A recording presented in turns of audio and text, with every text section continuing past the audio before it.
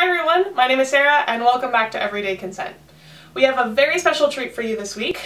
Today is the first installment of our new interview series where we have special guests come on and talk about their own thoughts and experiences with consent. So for our very first consent chat, here is our special guest, Robin. Hi. So first of all, thank you for coming on the show. How about you go ahead and introduce yourself? Hi, I'm Robin. I've been friends with Sarah since college, which I just graduated from, and I'm in a long-term relationship with someone named Jordan. So just to start off, how about you tell me, what does consent mean to you? All right. Consent to me means communication and being able to communicate what I feel and what I want to another person and understand and hear back what they want from me and what they want in their life. Can you think of any times that you've had problems with consent that you would be willing to share with our audience? Yes, definitely. I'm a very touchy person, and I love touching people, and I love being touched, and that has problems sometimes because I love cuddling with people, but platonically. And a lot of people, especially in college, did not understand that as a limit. So coming to college, being touchy, being in a long-distance relationship at the time, and loving platonic touch, and a lot of the people that I would want to cuddle with didn't realize that there was a line there. And I didn't understand that apparently my actions spoke that I wanted more than what I was actually desiring. So I didn't communicate previously. And there were a lot of lines of consent of where I wanted something platonic, but because it was touch, there was assumptions about hookups. Was there a specific instance that really sticks out in your mind of where this happened? Yes. In my freshman year, so all of my friends had this love couch. It was at Harvey Mudd. It was one of my friends at Harvey Mudd had a love couch. So it was two couches pushed together, and this is where I learned how to play D&D. And we used to study and then cuddle. And I was trying to get two friends together, and so I was cuddling with someone who I hadn't met before. And everyone else cuddled platonically in that group. We had established consent that like it was platonic cuddles, and that was great. Also, everyone else knew that I had a boyfriend. I was very monogamous with him. And so it became 4 in the morning, of course, and I was tired, so I fell asleep. Well, I woke up and the person who was cuddling me previously didn't realize it was platonic on my end and was trying to kiss me at 7 in the morning while I was asleep. Which was, first off, no, you shouldn't do that, and second off, just no. So I tried to think it didn't happen and like turned back over and then was like, no, f this, and got up and left and walked back to my dorm like at 7 in the morning when the sun was rising, and definitely freaked out. But it was a moment of like, oh shit, platonic cuddling needs to be expressed as a thing. Yeah, like it's not the default that people assume. It's not the default. And that when a boy invites me, and other experiences when like someone invites me into their room to watch a movie, apparently that means to hook up, not just to cuddle. So like things like that of making it very clear what I want. I just wanted to watch a movie, guy. Like, what is this?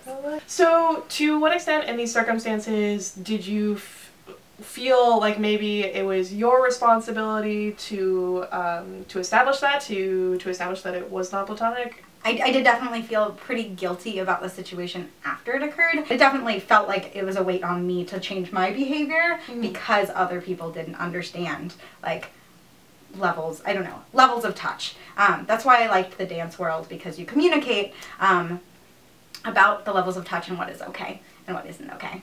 So tell us a little bit more about your experience in the dance world and how that is related to consent. And yeah, as I believe you mentioned in one of your previous videos, you were talking about consent and like also fulfilling, I believe, physical needs, as well as emotional and sexual needs depending on the situation, through dance. I think social dance especially is a great place for that, and there should be established consent. You should be asking someone to dance, asking someone if it's okay to do that specific kind of dance with them, etc., which I think helped a lot for me as someone who's very touchy, but also wanted platonic touch, and found a space where I could both learn how to communicate touch and express myself and get the kind of like fulfill my needs without it being in those weird fuzzy places, so like in a bedroom or a dorm room where people seem to not understand the line as much sometimes, whereas in a dance space.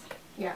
And so would you say that in dance spaces it's more established that you are communicating and that there are norms already in place to ask first for I definitely feel like some people in the dance world do have issues with the way in which consent is gone about. I don't think it's always perfect, but I think that my first day of dance class, our teacher very much made it clear, like, these are the rules of dance. Like, this is how you ask someone, this is how you introduce yourself, these are the things you follow, which was really helpful for me because it was setting up norms of like, well, this is how you do it, and you want to make sure it's okay that you're touching them in this way. Do you have any creative ways that you figured out to give or ask for consent? So I'm currently in a relationship that I've been in for 2.5 years. So I guess my creative ways of establishing consent are a little bit in a different place than someone who might be starting a new relationship or hooking up with people, etc.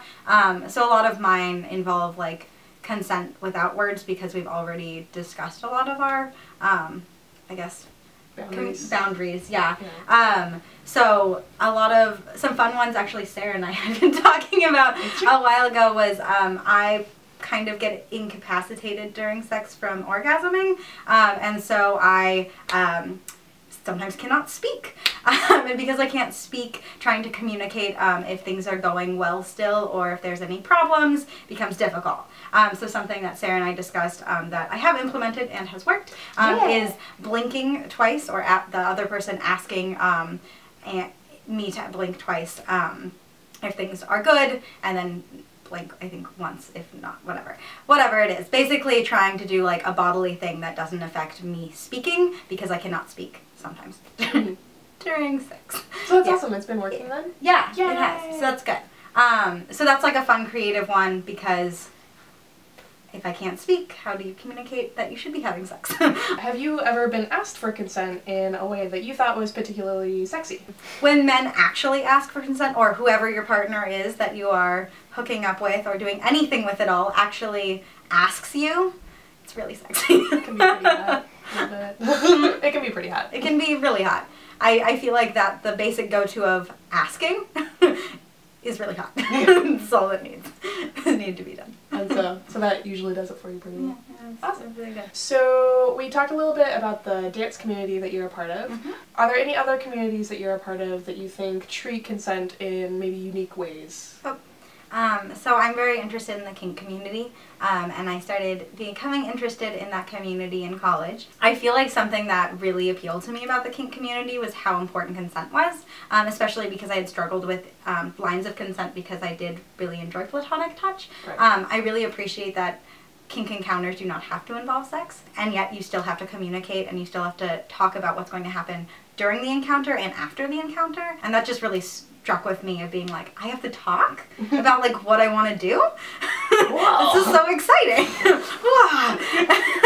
And so I feel like I just like fell in love with that idea. I mean, I'm also interested in ropes and, you know, kinky things anyway, so that was, I was already there, but just the added level of like communication was just, it's just mind-blowing, of being like, this is great, this is what I want in every encounter, all the time. So yeah, it's a great community. Which is why we've mentioned it a couple of times in some previous videos, and probably will in the future. You don't have to be interested in kink at all to learn a couple of things from the community. Well, awesome. Thank you so much for being on the show today, Robin. This was very informative and interesting. So if you guys have any follow-up questions for Robin that we didn't get to talk about today, you can always send them to me at everydayconsent@gmail.com or in the comments, and I can pass them along to Robin to see if she's up for answering anything. If you want to see more of these, hit the like button, and also let me know down in the comments what you liked about this format. And yeah, happy consenting, everybody, and I'll see you next week. Wait for your cue, madam. You know, it's a different time! Everything's changing! Hands are off, feeling good. Why is it Blue's Clues? Come say hi! Say hi for the bloopers. Up here? Yeah, up here! Our secret Whoa, there's been people! Oh, yeah? We can't see you at all yet. Oh, there you are! Look, it's friends! Friends!